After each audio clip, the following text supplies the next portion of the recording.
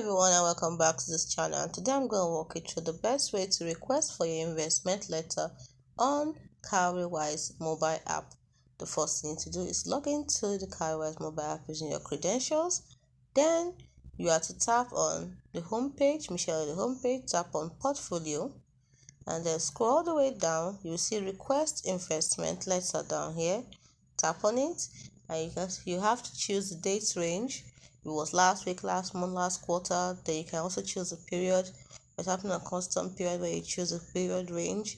And once you're done with that, you go to choose recipient.